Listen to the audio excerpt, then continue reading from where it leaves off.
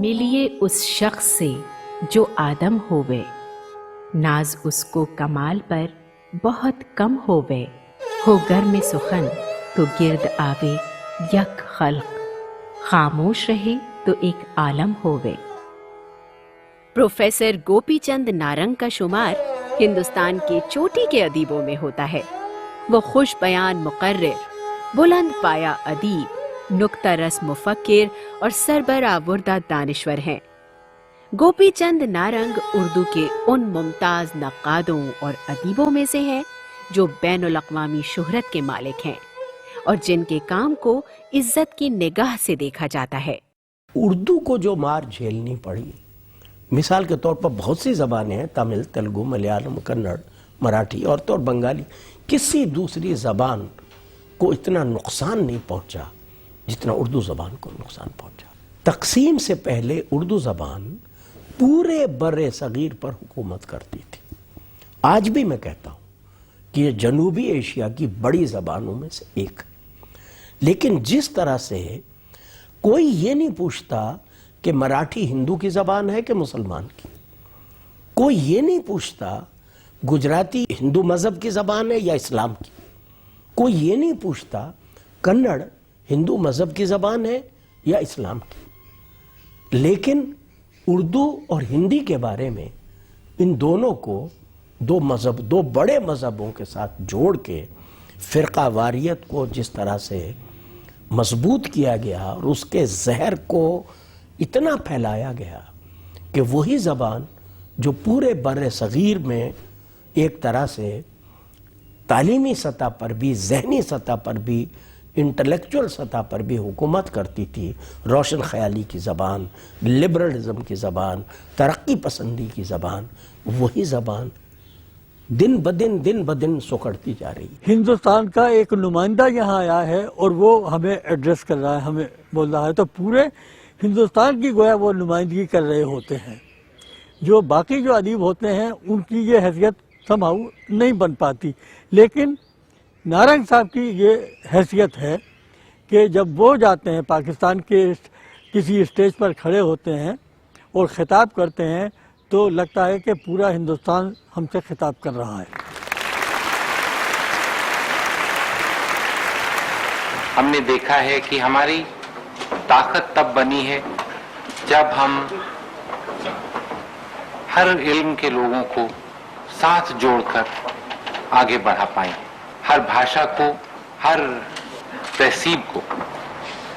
भारत बहुत भाषाओं को लेकर आगे बढ़ा है। कई भाषाएं बाहर से आई, लेकिन उर्दू एक ऐसी भाषा है जो भारत में ही पैदा हुई। चाहे हम मीर तकी मीर के जमाने से देखें, चाहे आज हम आकर गोपीचंद नारंग तक पहुंचे, हमारी उम्मीद है कि इस एक कदम से ये काम बहुत आगे बढ़ेगा। हमेशा मैं कहता हूं कि ज़बान का समाज होता है, ज़बान का मज़हब नहीं होता। और ज़बान जिस समाज में बोली जाती है वो उस ज़बान के बोलने वाले होते हैं। तो उर्दू का समाज मिला जुला समाज है, मखलूत समाज है। कुर्रतुल ऐन हैदर ने उनके बारे में कहा था, यूरोप में साहिबे नजर लोगों को रेनेसां मैन कहा जाता है। प्रोफेसर गोपीचंद नारंग भी हमारे रेनेसां मैन हैं। जहां जहां उर्दू गई वहां वहां हिंदी पहुंची। भूल जाइए बाकी चीजें, और जहां जहां हिंदी गई साथ साथ उर्दू गई। तो ये बड़ी भारी रवायत है हमारे पास। आखिर में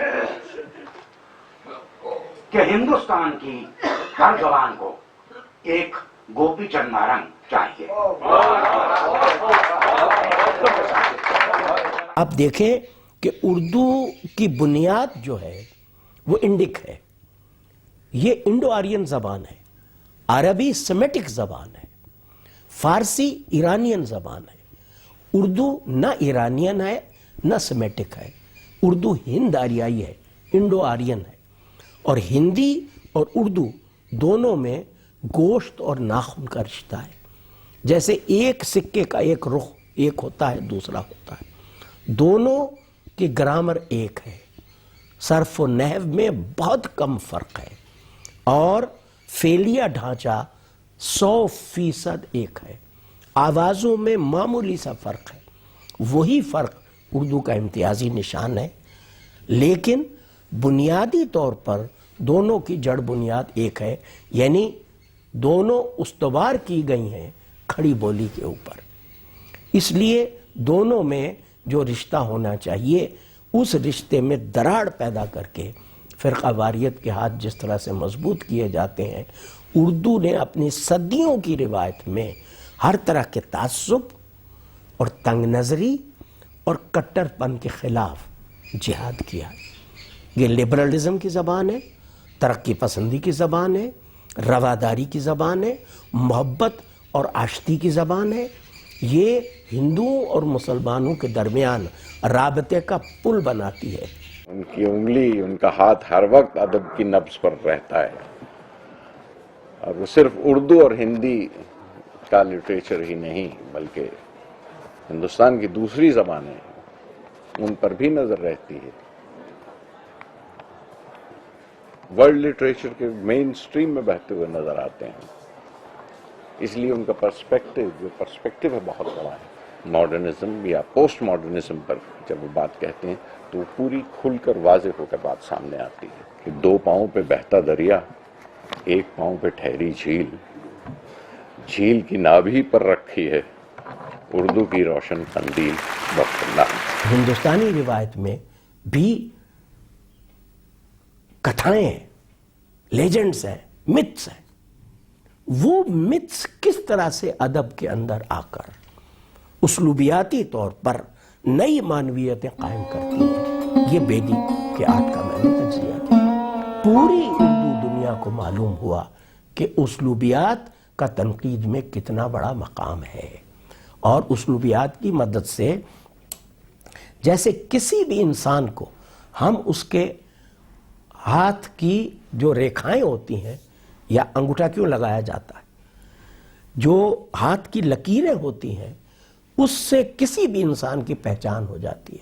या आज साइंटिफिकली डीएनए से पहचान हो जाती है कि किसकी वल्दियत क्या है और किस इंसान की अलग शनाख्त किस तरह से कायम की जा सकती है। उसलूब के तज्जिये से हर अदीब की शनाख्त अलग तय की जा सकती है। ये काम मैंने साइंटिफिकली भी किया, तनकीदी तौर पर भी किया, और जब अल्लामा इकबाल पर, उनकी शायरी पर और उनकी सदी मनाई जाने वाली थी, मेरे 2 मज़ामीन निकले, उर्दू में भी अंग्रेज़ी में भी।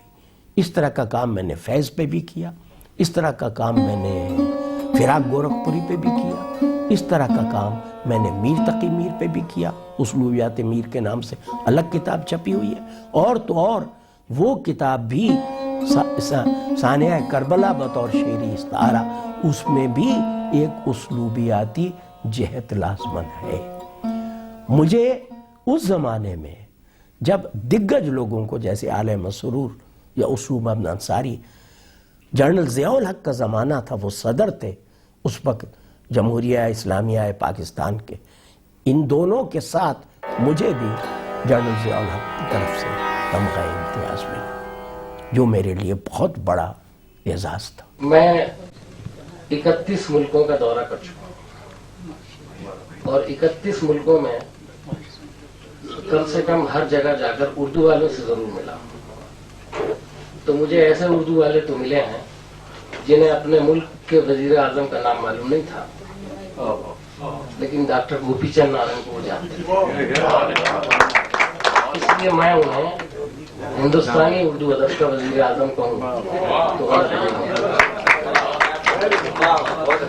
उर्दू जबान के हवाले से नारंग साहब की जो खिदमत छुपी हुई हैं, मेरा ख्याल है वो छपी हुई खिदमत से ज्यादा है। बल्कि मैं तो ये भी कहूँगा कि मुल्क की इज्जत और नामूस को बचाने का काम नारंग साहब के जरिए किया गया। मैं पाकिस्तान बहुत बार गया हूँ और वहाँ मुझे याद है एक बात, किसी ने कहा कि भाई नारंग साहब आए यहाँ पर हमारी जबान खराब कर गए।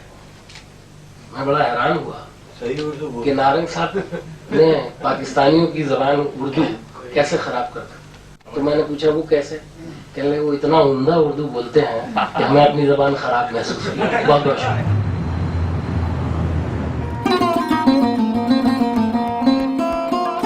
पीटीवी किसी जमाने में भारत से आने वालों के इंटरव्यू नष्ट नहीं करता था, लेकिन मार्शल लॉ के सख्त जमाने में भी गोपी चंद नारंग का इंटरव्यू पीटीवी से टेलीकास्ट किया गया।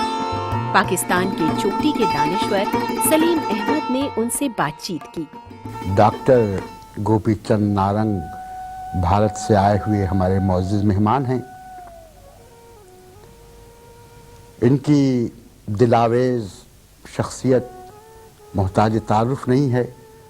अदब का हर पढ़ने वाला इस बात से वाकिफ़ है कि वो एक आला पाए के मुहक्किक की हैसियत से, एक नक्काद की हैसियत से और एक अदब के एक बहुत उम्दा और पारक की हैसियत से क्या हैसियत रखते हैं। तो एक निगाह तायराना ही सही, मगर उन्होंने पाकिस्तान को देखा और पाकिस्तान ने उन्हें देखा। ज़ाती तौर पर मेरी कैफियत ये है कि इनको देखकर मुझे उर्दू और फ़ारसी शायरी की पूरी रिवायत गज़ल याद आती रही और हाफिज़ याद आए और मीर याद आए और बखाले हिंदू बख्शम समरकंद बुखारा याद आया और एक ऐसी यगानगत और एक ऐसी मोहब्बत महसूस हुई कि जिसका तासुर शायद मैं पूरी ज़िंदगी न भूल सकूं। जी, सबसे पहले तो मैं ये अर्ज़ करूँगा कि मैं इसको अपनी खुशबख्ती तसव्वुर करता हूँ कि मुझे ये मौका मिला कि दरे यार पर दस्तक दे सकूँ। और मैं तो ख़ुद को एक सरशारी की कैफियत में पाता हूँ और आप जानते भी हैं इस बात को। मीर का शेर याद आता है, यानी उर्दू का जो रिश्ता है जी आपके और हमारे दरमियान, दोनों आज़ाद ममलिकतों के दरमियान ऐसा राब्ता है रिफ़ाक़त, जिसको जितना यानी जिस पर गौर किया जाए और समझने की कोशिश की जाए उतनी उसकी नई जिहाद सामने आती हैं। यानी हम हुए, तुम हुए, के मीर हुए इसकी जुल्फों के सब असीर। जी। और मैं सफ़र को यानी एक तरह का अदबी हज समझता हूँ। बहुत अच्छा। और हज के तो दिन मुकर्रर होते हैं। जब अहबाब ने इसरार किया कि साहब आप 2 दिन यहाँ और 2 दिन वहाँ और 2 दिन वहाँ, ये क्या मामला है, तो हमने कहा कि भाई उम्रे के लिए तो वक्त की कोई कैद नहीं। डॉक्टर साहब, ये जो यानी आपने जैसा कि एक अफसाने की आपसे आपका ताल्लुक़ है और आपकी किताब में जो आपने तरतीब दी है रिवायत उर्दू अफसाना रिवायत मसाइल भी मैं देख रहा था। जो अफसाना ये कहा जाता है कि साहब ये मगरिब से हमारे यहाँ आया और हमारे यहाँ वो नहीं था, लेकिन आप ये कहते हैं कि कल्चर की अगर गहराइयों में उसकी जड़ मौजूद नहीं थी तो इस पौधे ने कैसे जगह पाई? जी, इसके अंदर मौजूद है तकाज़ा। तो अभी इंतज़ार हुसैन साहब ने लाहौर में यह बात पूछी कि साहब अगर हमारे कल्चर की जड़ों में और हमारे जो तकाज़े हैं जमालियाती और सकाफ़ती वो ऐसे हैं कि कहानी या अफसाने को फ़रोग़ हो, तो क्या वजह है दास्तानें तो बड़ी तूल तवील लिखी जाती थी। तो मेरा जवाब ये था कि जनाब दास्तान को भी अगर आप साख्तियाती एतबार से देखें तो कई हिकायतों का मजमूआ। बहुत अच्छा। अच्छा, ये मामला महाभारत का भी है, ये मामला अल्फ लैला की कहानियों का भी है, ये मामला पंचतंत्र का भी है, ये मामला जातक का भी है। हमारे यहाँ पूरी मशरक़ी रिवायत में, इस्लामी रिवायत में भी और कदीम आरियाई रिवायत में भी कहानी और हिकायत की मरकजियत है। दुनिया आज जिस शख्स को गोपी चंद नारंग के नाम से जानती है वो 11 फरवरी 1931 को बलूचिस्तान के एक दूर उफ्तादा गांव दुक्की में पैदा हुआ। जबानों का शौक गोपी चंद नारंग को अपने बाप से विरसे में मिला। उनके वालिद पश्तो, बलूची, हिंदी, उर्दू, पंजाबी, सिंधी तो जानते ही थे, संस्कृत और फारसी के भी आलिम थे। जब मेरे होश की आंख खुली तो मुझे मूसा खैल का ज़माना याद है, लोरालाई याद है, हरनाई याद है। वो जो सारा सफ़र हम करते थे हर गर्मी की छुट्टियों में, वहाँ से मगरबी पंजाब जाते थे जहाँ मेरे वालिद साहब की आबाई ज़मीनें थीं। तो प्राइमरी ही से मैंने स्कूल में और बाज़ार में भी, अगरचे हमारे वालिद साहब पश्तो भी बोलते थे, बलोची भी जानते थे, मुझे भी पश्तो की कुछ शुद्ध बुद्ध थी, लेकिन बाज़ारों में आम हिंदुस्तानी बोली जाती थी, यानी उर्दू बोली जाती थी। और बाज़ारों में भी आम चलन हम लोग पठानों के साथ गुफ्तगू करते थे, या पश्तो में या उर्दू में। और मेरी प्राइमरी की तालीम वहीं हुई, और उसके बाद जहाँ जहाँ मिडिल स्कूल नहीं होते थे तो मैं अपने आबाई वतन लिया ज़िला मुजफ्फरगढ़ आ जाता था। उनकी माँ सराइकी ज़बान बोलती थी। सादगी और मेहनत की आदत गोपी चंद नारंग को अपने वालिदैन से मिली। वालिदा मेरी जो है बहुत ही मुनकसर मिजाज, बहुत ही मोहब्बत करने वाली, 10 बच्चों की माँ, 6 भाई हैं हम, 6 बहनें, सब घर का काम खुद करती थी, सब गृहस्थी का बोझ खुद ढोती थी। हमारे घर में कोई मुलाजिम नहीं था, सिर्फ जो रईस लोग होते हैं, सिर्फ जो बड़ा तबका है, आला तबका है, वो उसी में इंसानियत ही नहीं होती, बल्कि जितना आप नीचे जाएं गरीबों में, उनमें आपको इंसानियत बहुत ज़्यादा मिलती है। इस इंसानियत की तलाश मैंने अपनी माँ की आंखों में देखी।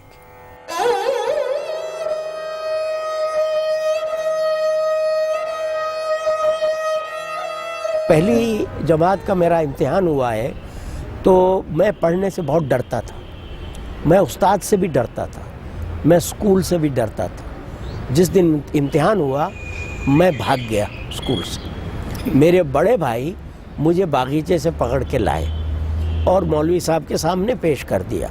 जब कायदा खोला गया, मैं डरता इसलिए था, मैं समझता था जब इम्तिहान होगा तो उस वक्त हर चीज़ मुँह ज़बानी सुनाना होगी, और मुझे कायदा सारा का सारा मुझे डर था कि मुझे याद नहीं है।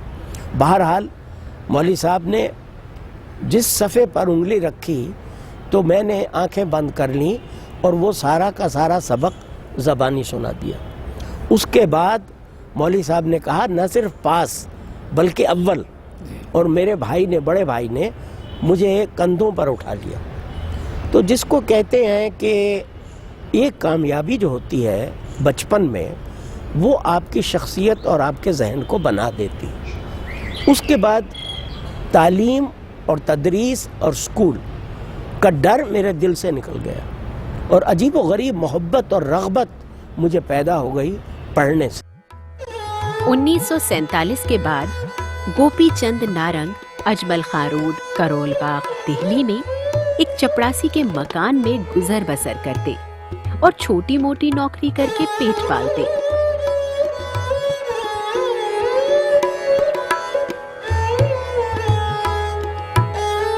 दिल्ली आकर तारीखी दिल्ली कॉलेज अजमेरी गेट में उन्होंने दाखिला ले लिया। वालिद साहब मेरे बलूचिस्तान में थे, मैं साइंस का तालिब इल्म था 10वीं तक, और वो नहीं चाहते थे कि मैं साइंस के मज़ामीन को छोड़ दूं, क्योंकि मैंने टॉप किया था पूरे ज़िले में अपने 10वीं के इम्तिहान में, मैट्रिकुलेशन में। लेकिन दिल्ली आकर मैं आज़ाद था। वालिद साहब तो बलूचिस्तान से रिटायर होने के बाद आए सन 1956 में। चुनाचे मैंने दिल्ली कॉलेज जाकर मैं ख्वाजा अहमद फारूकी साहब से मिला और मैंने एमए उर्दू में दाखिला ले लिया। आपको सुनकर ताज्जुब होगा कि उस वक्त एमए उर्दू में मैं इकलौता तालिब इल्म था। दिल्ली यूनिवर्सिटी का आगाज उन्होंने सेंट स्टीफन्स कॉलेज से किया। उसके 2 साल के बाद मेरा तकर्रुर बहैसियत लेक्चरर दिल्ली यूनिवर्सिटी के शोबा उर्दू में और शाम की क्लासेस में हुआ।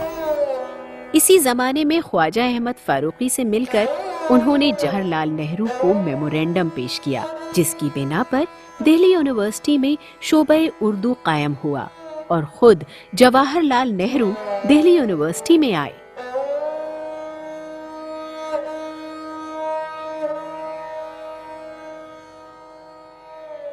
دہلی یونیورسٹی میں پڑھاتے ہوئے ابھی 3 سال ہی ہوئے تھے کہ انہیں امریکہ کی مشہور یونیورسٹی وسکونسن سے وزٹنگ پروفیسرشپ کی دعوت ملی اور مجھے لینے پروفیسر رابنسن خود آئے ایئرپورٹ پر، اور میں نے میں سوچا کہ ان لوگوں نے مجھے ریٹرن ٹکٹ تو دیا ہوا ہے.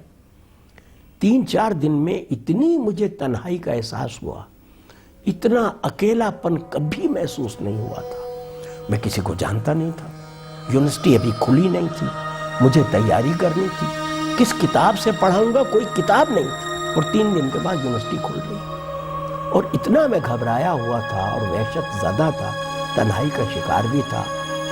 تو اساتذہ جو دوسرے تھے امریکی کبھی کبھی مجھے اپنے گھر لے جاتے تھے، شام کا کھانا کھلاتے تھے. ظاہر ہے موٹر میں چلا نہیں سکتا تھا، برف میں آپ کتنی دیر 2 منٹ 4 منٹ 5 منٹ زیادہ سے زیادہ گروسری لینے کے لیے جا سکتے ہیں.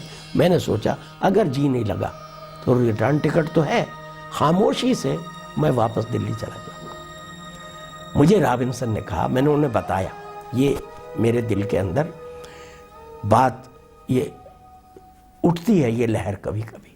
تو انہوں نے کہا wait a few days till the university opens, you will forget everything, you will forget your family, you will forget yourself.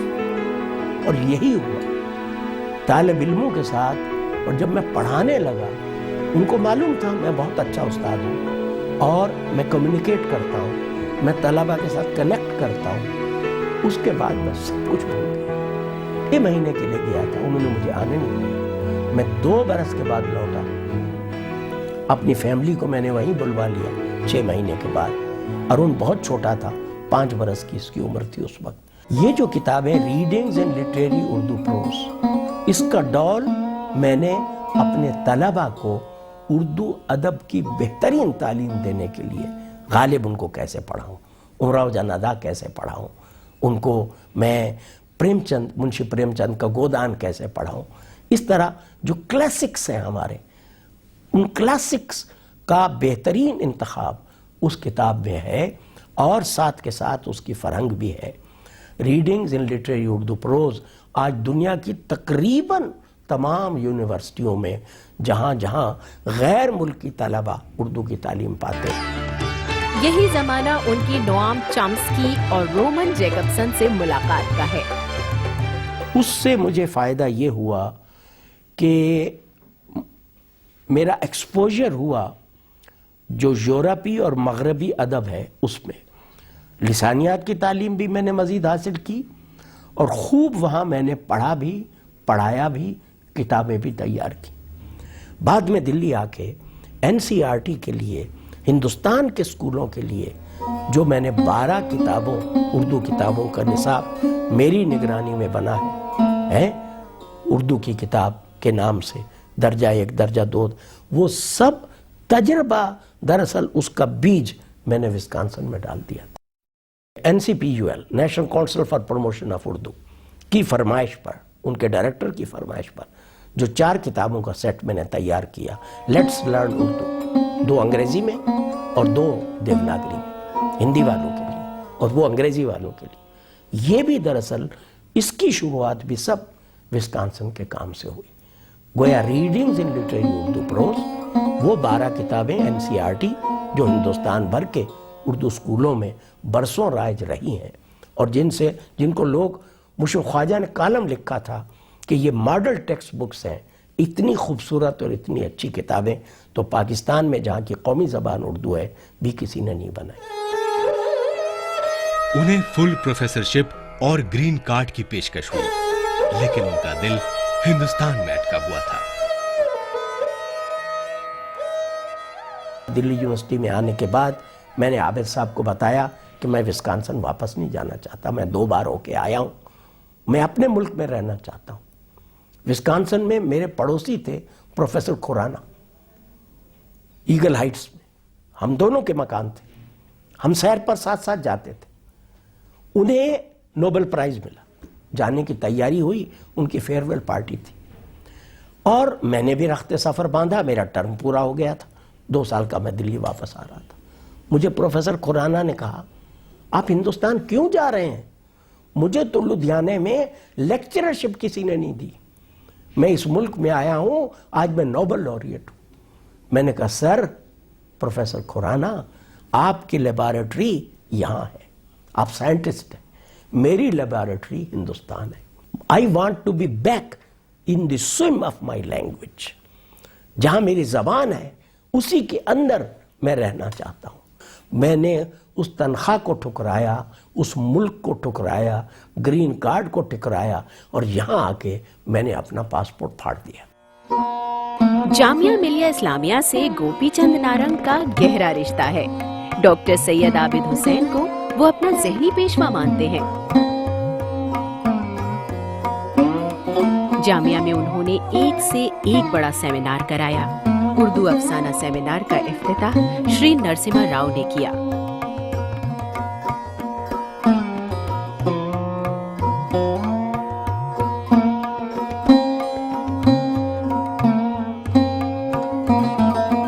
وہ جتنے ہندوستان میں مقبول ہیں, پاکستان میں اس سے بھی زیادہ مقبول ہیں.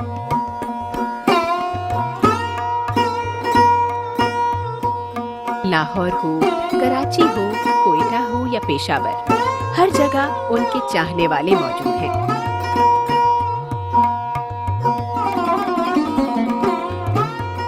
نارنگ صاحب کے ہاں ایک خاص قسم کا تخلیقی مزاج ایسا ہے کہ جس میں انہوں نے تہذیبوں کا مطالعہ کیا ہے. اب ہندوستان آپ کو پتہ ہے تہذیبوں کی آماج کا ہے.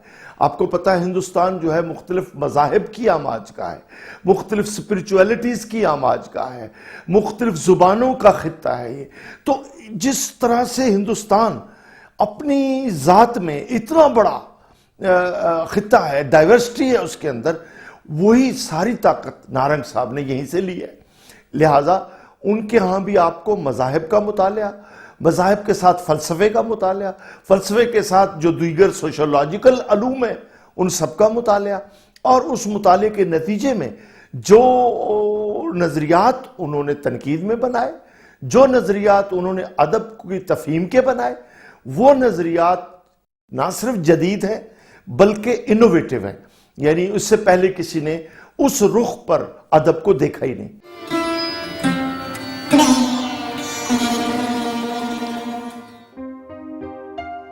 جہاں اردو کے حوالے سے گوپی چند نارنگ نہ پہنچے ہوں, لندن یونیورسٹی کے school of oriental African studies میں کئی بار ان کے یادگار لیکچر ہوئے ہیں.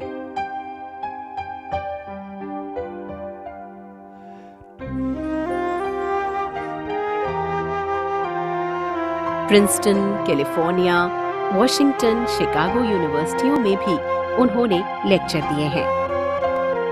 فیض احمد فیض اور قرۃ العین حیدر جیسی شہرا آفاق ہستیوں کے ساتھ بی بی سی کے لیے انہوں نے یادگار بزم آرائیاں کی ہیں. ان کی آواز میں جیسے کوئی دل کے بہت پیار سے دل کے رخسار پر ہاتھ رکھا.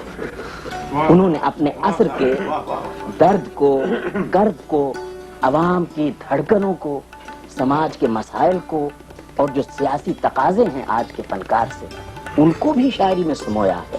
اور ان کا شعر درد محبت سے بھی چور ہے, اور کلاسک کی روایت سے بھی رشتہ نہیں توڑا, اسے انحراف کیا ہے, معنیاتی سطح پر ایک نیا جہان معنی روشن کر دیا ہے.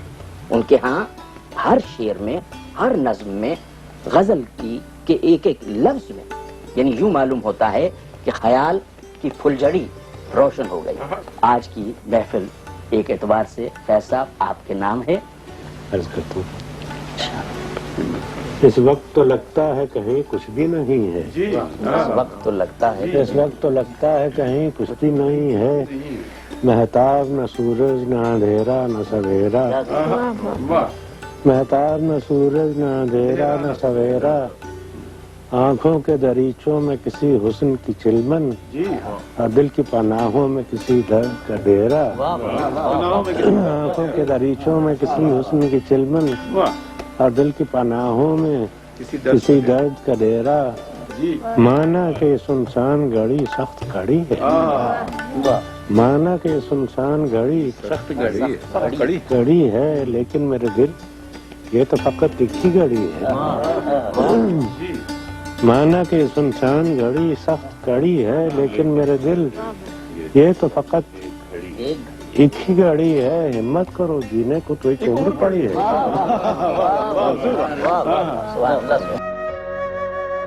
टोरंटो कनाडा में उनकी मकबूलियत लंदन से कम नहीं। यहाँ भी वो तकरीबन हर साल जाते हैं और अदबी तकरीबात में शरीक होते हैं।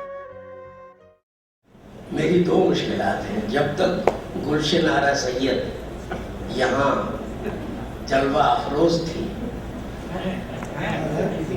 तो मेरे लिए बहुत आसानी थी। मेरी तहजीब के खिलाफ है। मैंने आज तक कहीं खुतबा सदारत तो क्या एक मामूली मारूजा भी पेश नहीं किया जब ऐसी जय्यत शख्सियात जिनकी पुष्ट पनाही तो मुझे हमेशा हासिल रही है, लेकिन अगर मैं खिताब करूं और वो मेरी पीठ उन सब की तरफ हो और घड़ी को देख के भी डर लगता है। ऐबे तूले कलाम मत कीजो, ऐबे तूले कलाम मत कीजो, क्या करूं मैं सखुन से खूगत। डॉक्टर साहब को जो उर्दू का दर्द है उससे दूसरे अदीबों को सबक हासिल करना चाहिए। और डॉक्टर प्रोफेसर नारंग जो उर्दू की नई रास्ते को बना रहे हैं, उस रास्ते को सुकून और बड़े अक्लमंदी और मंतिक से सोचना चाहिए। ये वो अदीब है जो सदियों में पैदा होता है। और प्रोफेसर गोपीचंद नारंग ने कितना खूबसूरत जुमला कहा था कि उर्दू एक घना दरख्त है जो उसका साया बॉर्डर के दोनों तरफ है। और हमको चाहिए कि हमारे सियासत मदार काश समझें कि इस ज़बान की क़ुव्वत क्या है, जिससे इन रिश्तों को और गहरा और इस मिठास को और अच्छा किया जा सकता है। दुबई, अबू ज़हबी, मस्कत, दोहा, कतर अक्सर आते जाते रहते हैं। रूस, ताशकंद, समरकंद और बुखारा भी जा चुके हैं और पराग और ओस्लो, नॉर्वे भी। चीन में वो कई बार गए। इधर जापान की टोक्यो यूनिवर्सिटी, कोयोटो और ओसाका यूनिवर्सिटियों में भी उनके लेक्चर हुए। उर्दू और हिंदुस्तानी ज़हन व तहजीब गोपीचंद नारंग का खास मौजू है। मैं जब अपने हिसाब से देखता हूँ तो मुझे जो उनकी 3 किताबों का जो एक सिलसिला अब जारी हुआ है, वो मुझे उनका सबसे ज़्यादा अहम और बल्कि तारीख़ साज़ काम नज़र आता है। वो 3 किताबों का सिलसिला इस तरीके से है कि उन्होंने उर्दू ज़बान का तजरिया या उस पर काम इस तरीके से किया है कि ये तलाश किया है कि हिंदुस्तान की सरजमीन में और हिंदुस्तान की फ़िक्र में और हिंदुस्तान के तर्ज़ एहसास में उर्दू ज़बान और उर्दू अदब की जड़ें किस तरीके से पेवस्त हैं। तो पहला दौर जो है, पहला वॉल्यूम जो है, जिल्द जो है उनकी, वो है उर्दू मसनवियों के हवाले से। अच्छा, उन्होंने जिस तरीके से हमारे सामने तजिया किया और तौज़ीह की है इसकी, तो ये सारा मसनवियों की जो रिवायत है उर्दू की, पता चलता है कि ये अजम से तो इसका सरसरी सा ताल्लुक़ है। ये असल में हिंदुस्तान की सरजमीन में उसकी जड़ें हैं। बल्कि वो किस्से भी जो कि अजम और अरब से आए, वो उर्दू मसनवी में आकर इंडियनाइज हो गए। उसके बाद जो सबसे ज़्यादा मुझे मुश्किल काम नज़र आया और जिसके लिए बड़ी गहराई की ज़रूरत थी, वो है उनका गज़ल, उर्दू गज़ल का मुतालिया। उर्दू गज़ल के मुतालिक आम तौर पर यह समझा जाता था कि साहब ये अजमी रिवायत की पैदावार है, फ़ारसी गज़ल से इसका ताल्लुक़ है और इसके सारे सिंबल जो हैं, इस्तारे, तशबीहें, तलवीहात, वो सब वहाँ से आई हैं। और उस पर एतराज़ भी यही होता था। जो उर्दू के मुखालिफ थे वो कहते थे कि साहब इस सिर्फ का ताल्लुक़ तो इस सरजमीन से है ही नहीं, इसके परंदे जो हैं वो भी वहाँ से आए हैं اور اس کے جو استعارے ہیں، تلمیحات ہیں، وہ سب عجم اور عرب کی دنیا سے آئی ہیں. تو لیکن جس طریقے سے اس پر کام کیا ہے نارنگ صاحب نے، اور انہیں بتایا ہے کہ بھئی اس میں جو محبت کا مثلا جو تصور ہے یا حسن کا جو تصور اس میں ہے، تو اس کا انہوں نے تجزیہ کیا اور کہا کہ یہ وہ تصور ہے ہی نہیں جو غزل فارسی غزل میں آپ کو نظر آئے گا یا عربی کی شاعری میں نظر آئے گا. یہ یہاں جو حسن کا تصور ہے ہندوستان کی فکری روایت ہے اور جو جمالیاتی روایت ہے، تو ویدک عہد سے وہ چلے ہیں اور وہاں سے تجزیہ کرتے کرتے وہ بتایا کہ حسن اور عشق کا تصور جو ہندوستان کی فکر نے جسے جنم دیا ہے اور ہندوستان کے جذبات اور احساسات نے جس کی پرورش کی ہے، تو وہ تصور جو ہے غزل میں آیا ہے. تو غزل جو ہے، یہ اردو غزل جو ہے، ان کا تھیسس یہ ہے، ان کا دعویٰ یہ ہے کہ یہ فارسی غزل سے بالکل مختلف چیز ہے.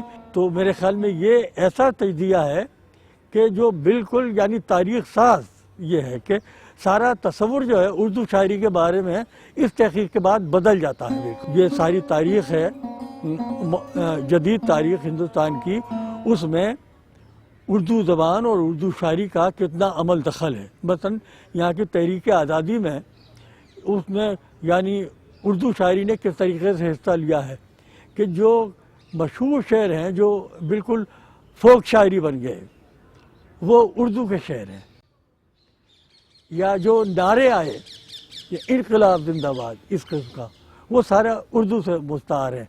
تو اب یہ ہے کہ بھئی اب تحریک آزادی جسے کہتے ہیں، اور زبانیں بھی ہیں، ہندی زبان ہے اور زبانیں ہیں، ان کا اپنا کنٹریبیوشن ہے، لیکن جس طریقے سے اردو زبان نے اس تحریک کو فیض پہنچایا ہے اور تقویت دی ہے وہ اپنی جگہ پر ہے. تو یہ 3 کتابوں کا جو سلسلہ ہے وہ اتنا اہم ہے اور اتنا تاریخ ساز ہے کہ اس سے اردو زبان اور اردو شاعری کے بارے میں ہمارا پورا تصور ہی بدل جاتا ہے. اور وہ سارے اعتراضات جو ہوتے رہے ہیں اس روایت پر اور اس زبان پر کہ اس کا اس دھرتی سے ناطہ نہیں ہے، وہ سب بالکل دھوئیں کی طرح اڑ جاتا ہے. تو میرے خیال میں یہ بہت بڑا کنٹریبیوشن ہے اور میں اس کے لیے پورا نارنگ صاحب کو خراج تحسین پیش کرتا ہوں کہ یہ کوئی بڑا محقق اور بڑا نقاد ہی کام کر سکتا تھا. چھوٹے قد کے نقاد اور محقق کے بس کی یہ بات نہیں تھی. گوپی چند نارنگ کی کتاب جس پر ساہتیہ اکیڈمی نے انہیں اپنا ایوارڈ دیا وہ ساختیات، پس ساختیات اور مشرقی شعریات ہے. چونکہ میرا مطالعہ بدھ مت کا بھی ہے، میرا مطالعہ بھرتریہری کا بھی ہے، ناگارجن کا بھی ہے، پانینی کا بھی ہے، اور جو سنسکرت گرامیرینز تھے اور جو قدیم فلسفہ لسان ہے، خاص طور سے 6 جو دبستان ہے ہندوستانی فلسفے کے، ہندوستانی بھارتیہ درشن کے، اس میں سانکھیہ اور نیائے اور یوگ وغیرہ، ان میں زبان کی نوعیت کو لے کر بہت بحث ہے. مجھے لگتا تھا سوسیئر نے جو سنسکرت کی قدیم فلسفہ لسان کی روایت ہے اس سے استفادہ کیا ہے. ہوتے ہوتے یہ بات ثابت ہو گئی. تو مشرقی شعریات میں جڑیں ہیں اس ساری نئی تھیوری کی، جس کو ہم لوگ پوسٹ ماڈرنزم کہتے ہیں، ماں بعد جدید رویہ. تو اس سلسلے میں ان کی 2 کتابیں ہیں، بڑی ضخیم کتابیں، اور یہ کہا جاتا ہے کہ حال ہی کے بعد کسی نے اگر تھیوری پر نظر ڈالی ہے، کسی نے نظریے پر نظر ڈالی ہے اور باضابطہ طریقے پر کوئی وثیقہ مرتب کی ہے، کوئی نظریہ مرتب کیا ہے، تو وہ گوپی چند نارنگ ہیں. گویا ہمارے وہ نقاد جو بے حد باشعور ہیں، ان میں اگر کہا جائے کہ صاحب 1-2 نام لیجئے تو دوسرا نام لینے میں تھوڑی سی قباحت ہوگی. ابھی فی الوقت ماں بعد جدیدیت اور اس کے اطراف کے سب سے بڑے نقاد گوپی چند نارنگ ہی ہیں. چنانچہ ڈیکنسٹرکشن کا مطلب ہی یہی ہے جو دریدہ کا بنیادی فلسفہ ہے اور پوسٹ ماڈرنزم کا بنیادی فلسفہ ہے کہ معنی یا ارتھ ایک جگہ پر قائم نہیں. سب سے بڑی مثال اردو میں غالب ہے. غالب نے اپنا 2/3 کلام اردو کا ہی کاٹ کے الگ پھینک دی 24-25 برس کی عمر کے بعد. زندگی میں شائع نہیں کیا. گویا غالب کی نظر میں اس کی معنویت تھی ہی نہیں، یا غالب کے احباب کی نظر میں. اب جب وہ چیزیں، وہ نسخے دریافت ہوئے، نسخہ حمیدیہ، نسخہ بھوپال، اور اس کے اچھے شعروں پر لوگوں کی نظر گئی. ہے کہاں تمنا کا دوسرا قدم یارب، ہم نے دشت امکان کو ایک نقش پا پایا. آج غالب کا یہ شعر انسانی حوصلہ مندی کا اور آرزو مندی کا میگنا کارٹا سمجھا جاتا ہے، ایک بنیادی شعر سمجھا جاتا ہے. غالب نے، یہ غالب کے منسوخ کلام کا حصہ ہے. یا میں اندلیب گلشن نافریدہ ہوں، یعنی وہ گویا کہ جو معنی غالب کے زمانے میں غالب کے قارئین نے قائم کیے نشار کے، بعد کی نسلوں نے 20ویں صدی میں جب غالب شناسی کا دور شروع ہوا تو ان کی معنویت پر نیا نکھار آیا. گویا فلسفیانہ طور پر یہ بات ثابت ان فلسفیوں نے کی ہے کہ معنی بہتے ہوئے پانی کی طرح ہے، سیال ہے، اور ہمیشہ جو تاریخی تناظر ہے، نسلوں کے بعد نسلیں آتی ہیں، ہر نسل پرانے ٹیکسٹ کو اپنے تقاضوں کی روشنی میں پڑھتی ہے. نارنگ صاحب ایک ایسی شخصیت ہیں جو بہت ساری شخصیتوں کا مجموعہ ہے، اور اس سے بڑا عالم اور اسکالر جو ادب کے بارے میں اس گہرائی سے اور وسعت سے جانتا ہوں صدیوں میں پیدا ہوتا ہے. ادب اور آئیڈیالوجی کا کیا رشتہ ہے؟ مابعد جدیدیت کی سب سے بڑی دین یہ ہے کہ آئیڈیالوجی کے بغیر، یعنی یہی بات ہم کر رہے تھے سیکولرزم کی یا رواداری کی یا سوشلزم کی، بغیر آئیڈیالوجی کے، بغیر اس سوچ کے جو انسان کی بہتری، سماج کی بہتری سے جڑی ہوئی ہو، اس سوچ کے بغیر کوئی ادب اعلیٰ ادب نہیں ہوتا. تو پھر تو ہم کیا ترقی پسندی کی طرف جا رہے ہیں؟ نہیں. ترقی پسندی ایک فارمولے کی دین تھی، مینیفیسٹو کی دین تھی، اس میں جبر تھا ایک خاص طرح کا. اور مابعد جدیدیت پوسٹ ماڈرنزم میں آئیڈیالوجی کے نام پر کوئی جبر نہیں. ہر مصنف، ہر شاعر، ہر فنکار اپنی اقدار خود وضع کر سکتا ہے. ہاں، وہ اقدار انسان دوست ہونی چاہیے. فرقہ واریت اور فیشزم، ان کا مقابلہ بھی آئیڈیالوجی سے کیا جا سکتا ہے، انسان دوست آئیڈیالوجی سے، یعنی ایجیلیٹیرین فلسفہ جو سماج کی اکثریت، سماج کے تمام عوام کی کچلے دبے پسے ہوئے طبقے جو ہیں اور غریب طبقے جو ہیں، ان کی آواز بن کے جو ادب ابھرے گا، مابعد جدیدیت کہتی ہے، وہ ادب زیادہ معنویت کا حامل ہوگا. پچھلے 1-2 سال کے اندر ان کے اندر جو تبدیلیاں آئی ہیں، اور جس طرح سے ہم نے ان کی کتابوں کو پڑھا یا پڑھنا سیکھا ہے، جس محبت سے، خلوص سے، صمیمیت سے، اس کے نتیجے میں آہستہ آہستہ مجھے یہ محسوس ہوتا جا رہا ہے کہ اگر ہم پچھلے 20ویں صدی کے اپنے اکابرین کا جائزہ لیں تو آپ دیکھیں گے کہ اس قد و قامت کا ہمیں نہیں لگتا کہ کوئی اور اکابر گزرا. 4-5-6 محقق آپ کو مل جائیں گے کہ جنہوں نے بڑا زندہ کام کیا ہے، لیکن جس نے مستقل موضوعات پر کتابیں لکھی ہوں، مستقل موضوعات پر مستقلاً سوچا ہو، اور اپنی ان تمام فکر و نظر کے ان تمام گوشوں کو ساری گہرائیوں کے ساتھ پیش کیا ہو، نئے نظریات پیش کیے ہوں، نئی تھیوریز سامنے لایا ہو اپنے ادب کے حوالے سے یا اپنی تحریر کے حوالے سے یا عالمی ادب کے حوالے سے. میں ان کی عظمت کو تہ دل سے مانتا ہوں. ان کی کتابوں کی تعداد، سنجیدہ کتابوں کی تعداد 50 سے زیادہ ہے.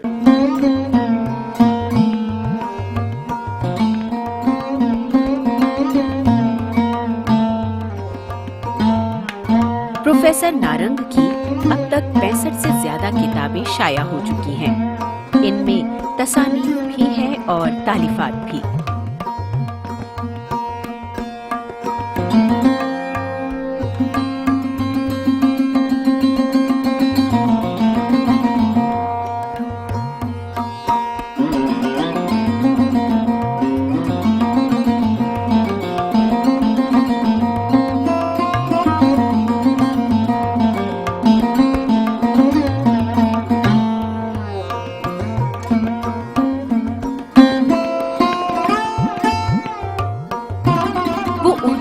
अलावा हिंदी और अंग्रेजी में भी लिखते हैं।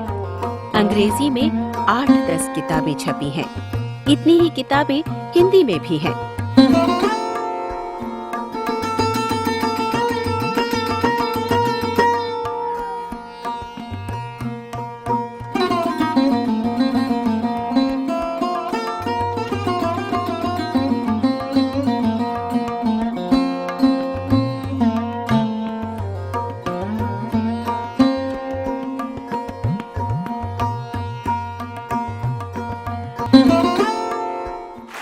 हिंदी में गोपीचंद नारंग की खास किताब उर्दू पर खुलता दरीचा है।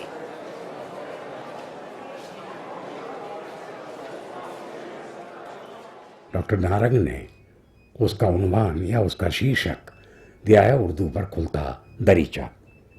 मुझे लगा कि ये भारतीय तहजीब पर नारंग जी ने लिखा एक है खुलता हुआ फाटक।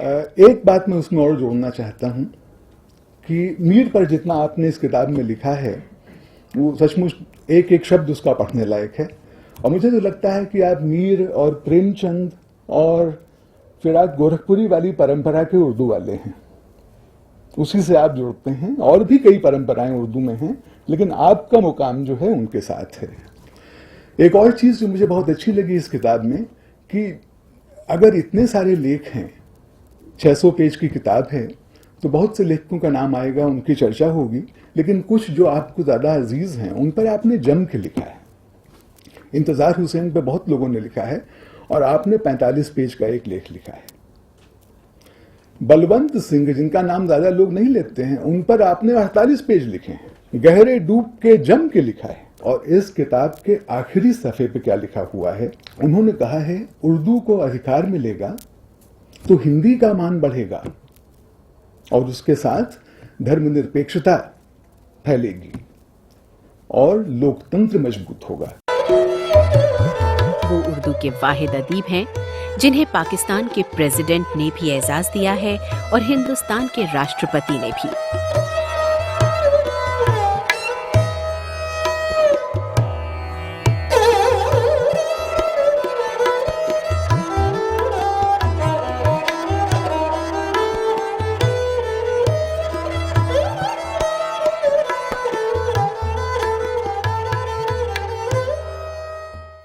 दूसरे मुल्कों से मिलने वाले अवार्डों में काबिल जिक्र है वॉशिंगटन का Aligarh Muslim University alumni award, Chicago का अमीर खुसरो अवार्ड, टोरंटो का Canadian Academy of Urdu literature award, London का European Urdu writers society award, Jashn Narang Toronto award, New York का Aalmi Urdu Tehreek award,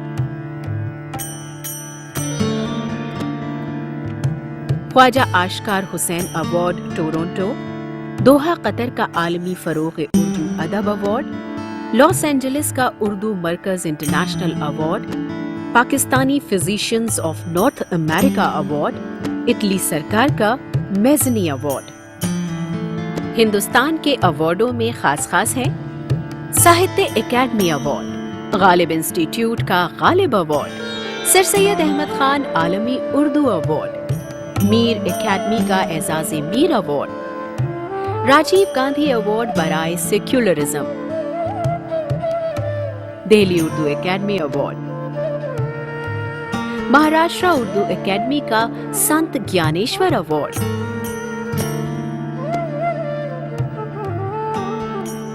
Hindi Urdu Sahitya academy award, Khalsa tricentenary award, अनीसो दबीर अवार्ड, हसरत मोहानी अवार्ड। हाल ही में दिल्ली यूनिवर्सिटी ने उन्हें प्रोफेसर एमरिटस मुकर्रर किया है। हैदराबाद सेंट्रल यूनिवर्सिटी ने उन्हें डीलिट की डिग्री पेश की है।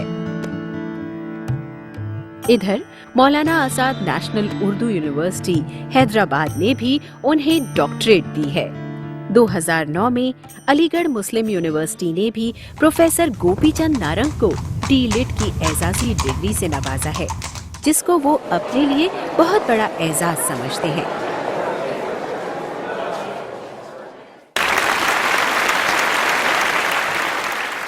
मैं क्या और मेरी बिसात क्या, البتہ جس زبان کا میں ایک ادنا خدمت گزار ہوں وہ ہندوستان کی نہیں پورے جنوبی ایشیا کی بڑی زبان ہے، اور اس کی خدمت میرے لیے ایک ایسا سرمایہ سعادت ہے جس پر میں جتنا بھی فخر کروں کم ہو۔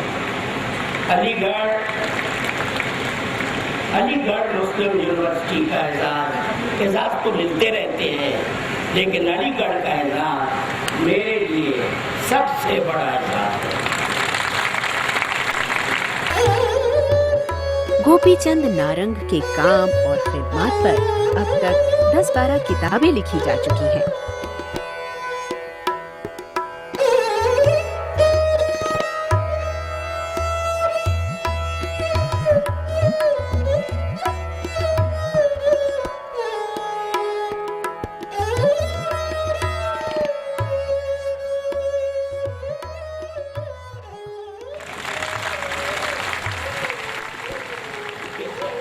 وہ دھرتی آسماں بن کر ستاروں کو بھی شرمائے جسے نارنگ گوپی چند سا عنوان مل جائے۔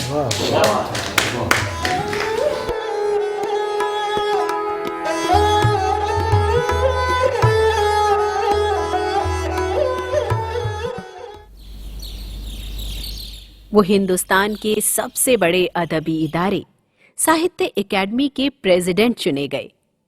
پروفیسر گوپی چند نارنگ جہاں بھی رہے انہوں نے جی جان سے کام کیا اور اس ادارے کو 4 چاند لگا دیے۔ ساہتیہ اکیڈمی میں صدر منتخب ہونا ایک اردو والے کا یہ بھی ایک یعنی تاریخی معجزے سے کم نہیں ہے۔ لوگ کہتے ہیں کوئی اردو والا یہاں تک نہیں پہنچا، لیکن میرا معاملہ لگن کا ہے۔ میں اردو کا ادیب ضرور ہوں، لیکن میں اتنی محبت ہندی سے بھی کرتا ہوں، اتنی محبت میں دوسری ہندوستانی زبانوں سے بھی کرتا ہوں۔ ساہتیہ اکیڈمی کی تاریخ 5 ڈیکیڈز کے نام سے لکھوائی، جس کی پہلی copy Rashtrapati doctor APJ Abdul Kalam کو پیش کی۔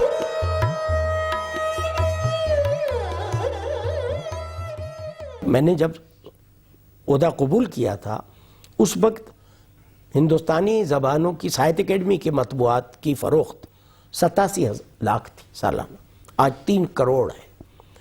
اس وقت ایک ملک سے معاہدہ تھا ثقافتی، چین۔ میرے زمانے صدارت میں 17 ملکوں سے ثقافتی معاہدے ہوئے ہیں اور وفود گئے۔ میں نے کام کی رفتار کو بڑھا دیا صرف لگن کی وجہ سے، اپنی کمٹمنٹ کی وجہ سے۔ انہوں نے اکادمی کو ایسی ایک شخر پہ پہنچا دیا نا، میں یہ سمجھتا ہوں کہ جو آنے والے آدمی ہیں ان کے لیے ایک چیلنج ہوگا۔ ساہتیہ اکیڈمی کی یادگار گولڈن جوبلی انہی کے زمانے میں منائی گئی، جس کا افتتاح prime minister doctor Manmohan Singh نے کیا۔ It's a matter of great pride that the Sahitya Academy, which was established in 1954 by the first Prime Minister of India, Pandit Jawaharlal Nehru, its Golden Jubilee celebrations are being inaugurated by the present Prime Minister of India, Dr. Manmohan Singh. I can only narrate a couplet. مانا کہ تیری دید کے قابل نہیں ہوں میں، تو میرا شوق تو دیکھ، میرا انتظار تو۔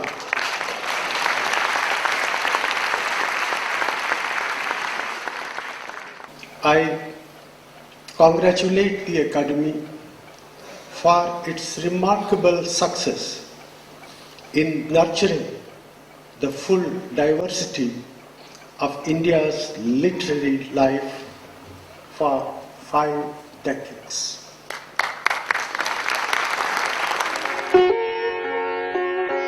پریم چند صدی کے موقع پر سارک دیشوں کے رائٹرز کے لیے پریم چند فیلوشپ کا اعلان کیا اور پہلی پریم چند فیلوشپ انتظار حسین کو دی گئی۔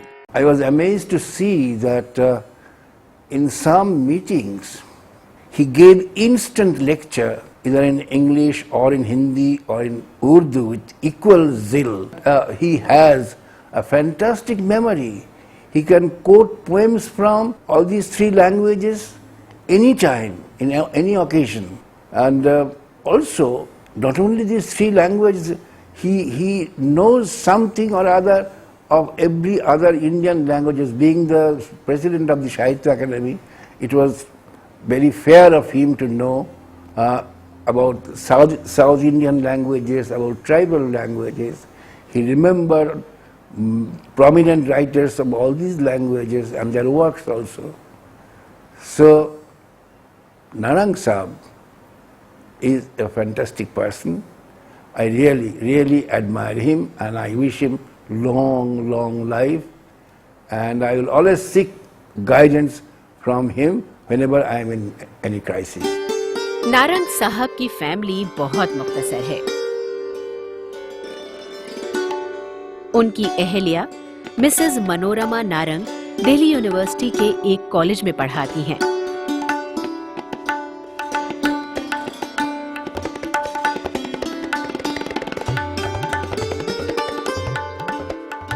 कहूँ कि मैं अपने को बहुत खुश नसीब मानती हूँ कि मुझे नारंग साहब जैसे हस्बैंड मिले हैं।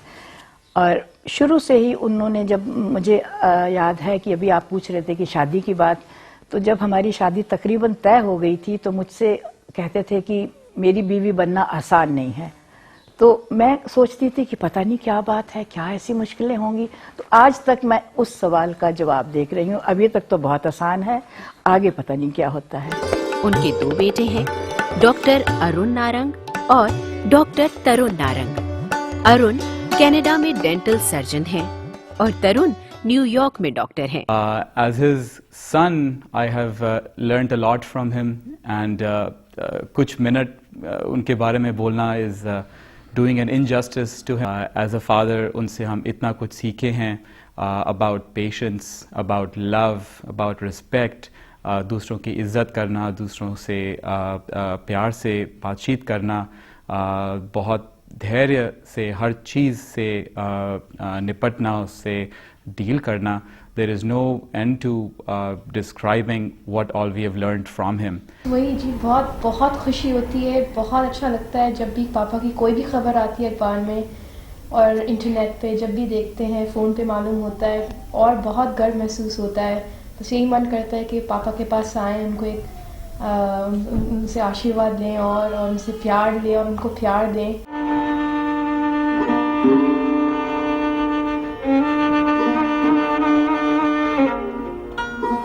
Professor Gopi Chand Narang has infused the vibrant cultural milieus, literary ethos into the academy during his 5 years tenure. His unique style of functioning, his perspectives and futuristic insights has given the academy a real fillip and truly an autonomous existence. He led us like the Pitamaha through thick and thin. It was aptly deserving that the Golden Jubilee celebrations of the Academy during 2004 were conducted under the able guidance of his wise and experienced man. Its activities, its staff members, its all infrastructure and constitution, its decorum and grandeur, just as the head of a family.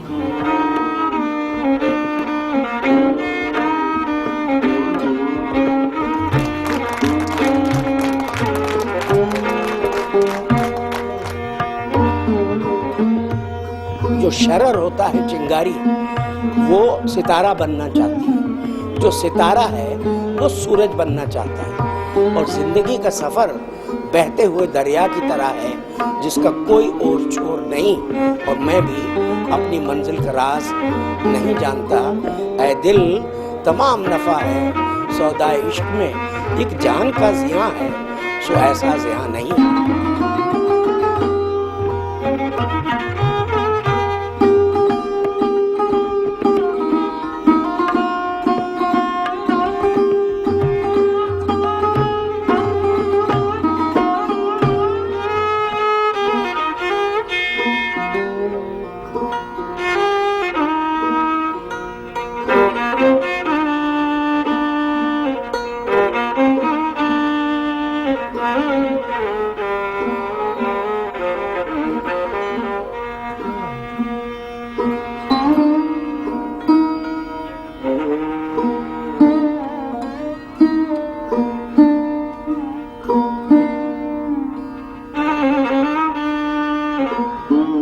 Thank you.